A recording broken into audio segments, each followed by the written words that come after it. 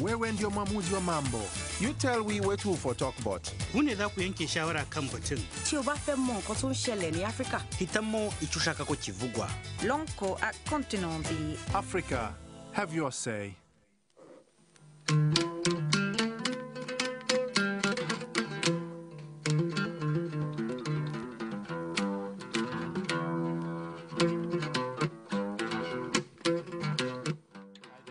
There is a robust, multi-generational Somali community here in the Twin Cities of Minneapolis and St. Paul in Minnesota. The last U.S. Census said 1 in 3 Somalis who live in the U.S. live here in Minnesota. The census count about 25,000, but many in the community say that number is much higher, maybe approaching 50, 60,000. I want to introduce Zuhur Ahmed, a pre-med student and a radio and TV host here in the Twin Cities. Zuhur, welcome. It's good to have you here. And Rokia Mohammed, a student at the University of Minnesota, Political Sciences and Global Studies. Good to have you here. Mukhtar Osman is an engineer, has worked with our Minnesota Department of Transportation on road projects, including a big freeway project here. Mukhtar, thanks for joining us. And Hodo Hassan as well, a student of literature psychology at the University of Minnesota. All of our guests are in their 20s. When someone asks me, where is, who are you? How do you identify yourself? I usually say, well, Somali, because that's when you look at me, you see a Somali girl. And obviously, Minnesota is my home, so I am also an American in that sense. And so, yeah, it is complicated. They say it. I don't really think of myself as just being particularly only Somali. We change based on where we've been. I've lived in Kenya. I feel part of me is Kenyan, part of me is Somali, part of me is American. So it's not only one identity, really. If you listen to the media and all the bad news that's out there, the shootings, the killings, you would think that there's something bad going on. But in our day-to-day interactions, I don't think that we are perceived very badly at all. But literally the media forget about, we have thousands Somali students everywhere you go. We have Somali professionals. We have people who even participate, the politician of this country. So yes, but also we forget also we have a large Somali business in this state. Well, I know that most young people, the households they come from, their parents, the conversations they have over dinner table are about the Somali politics, about going back home. We always talk about that a lot of our parents did not unpack their packs. They're still packed up. They're still ready to go because they have the memory of a united Somalia, a peaceful Somalia, a functioning Somalia. But for those of us who have no idea what that really means, like I can't imagine what a peaceful, united Somalia really means because I have not witnessed that. The older generation maybe feel a little bit powerless because when they don't speak directly English and they have the kids feel like powerful because they speak better than their parents in English. So they are the one who's reading, they are the one who's translating, they are the one who's helping.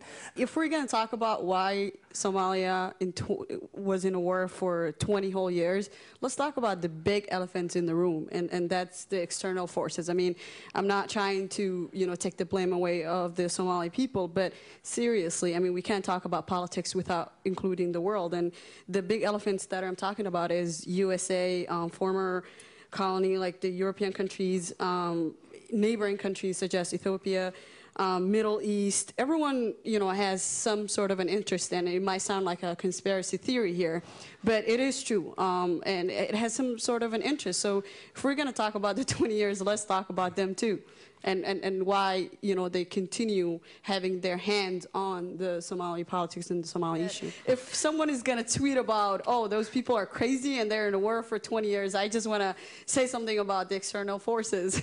That's all. We should take examples from everything. I mean, there's things to be said for democracy, there's things to be said for Sharia law. We just have to come up with a system to integrate them. A lot of young people here are very involved in the political system here, especially when we had the Obama election happening and most people came out, voted.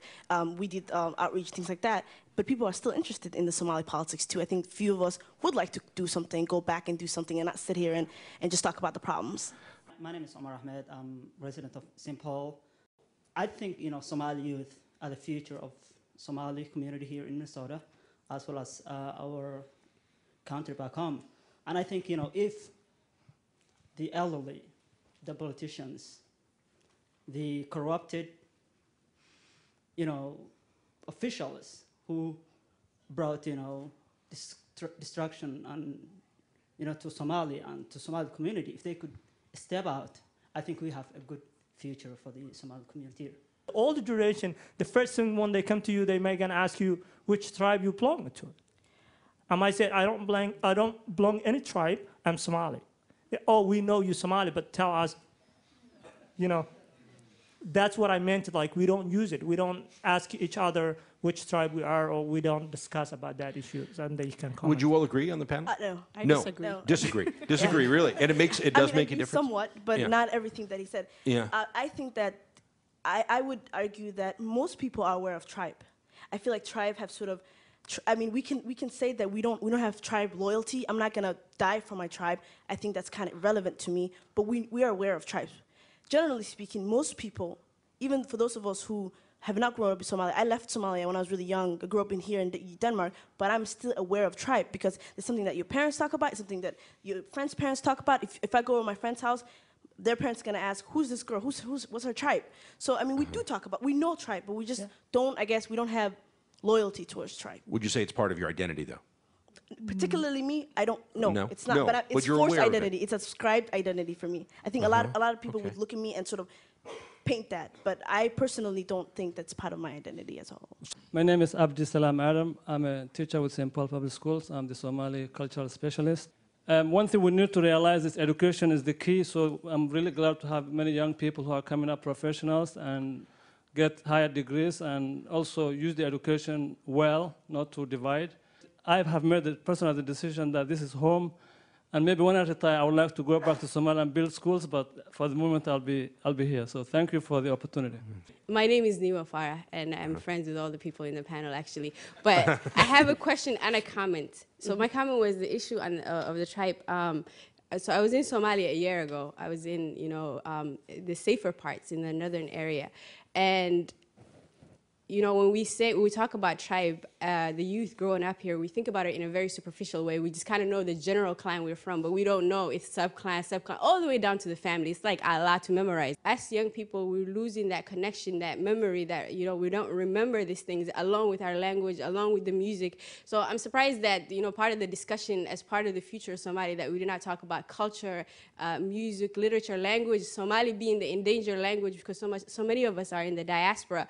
And there's so many, languages that are part of our everyday lives. When you go to Sweden, you have Swedish Somalis. You go to, there are Arab Somalis, there are Minnesotan Somalis. It's all, a lot of different things going on. And so I think that one of the things that will bring us together, if we ever go back to Somalia, because we come from so many different cultures, is that common language of Somali and that common culture. And that is one thing that we as young people need to learn. And our parents have to be intentional about teaching us. American by nationality, Muslim by religion, American by culture, Somali by memory, Yemeni by adoption because I was born there, and universalistic by principle. So when you see that there's various backgrounds, and with that, and with the family issue is, like our sister said, it's an evolving thing with the identity. My mom a couple months ago came to me and she was like, "Did you know James Franco is hosting the Academy Awards?" And I was like, "Are you, what? Where is that?" She never, I never thought she would be assimilated in that type of culture, but. But now she's saying, "Oh, I'm excited to see guy from Spider-Man to be hosting this," and I'm like, "Oh wow!" So it's an evolving thing that it's new to us, and it's going to take a while. But and we're part of this change. And when in 20, 30 years later, we're going to be our kids are going to be reading about us and how we evolve. I can see the multi-identity, but being Somali to myself, I see it, the language, the culture, and the religion. These are the core values that hold on to who I claim to be. I remember, and this is while we was actually in D.C., we went to a basketball game, and right before the game, the national anthem came up, and those are from the States. We got up and sang our national anthem, and that's who we are.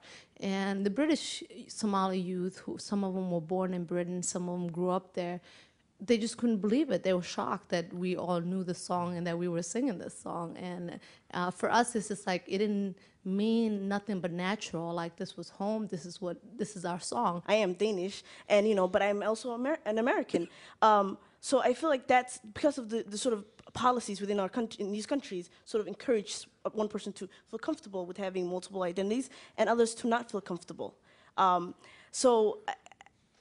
also when you travel outside your comfort zone, I went to actually East Africa this summer, and I learned that depending on who you meet with, you sort of change hats constantly. At one point you're European, the other point you're Minnesotan, and then at one point you're Somali, and you're so it's changing, and I think I like it better that way, actually, much better. And I think that is as good a place as any to leave it. And I want to thank you. This has really been a wonderful discussion. Zuhur, Rukia, Mukhtar, and Hodo, thank you very much for coming in, for being on the air with us internationally, and then for taking questions. Thank you all for coming as well to the UBS Forum. Thank you. This has been great.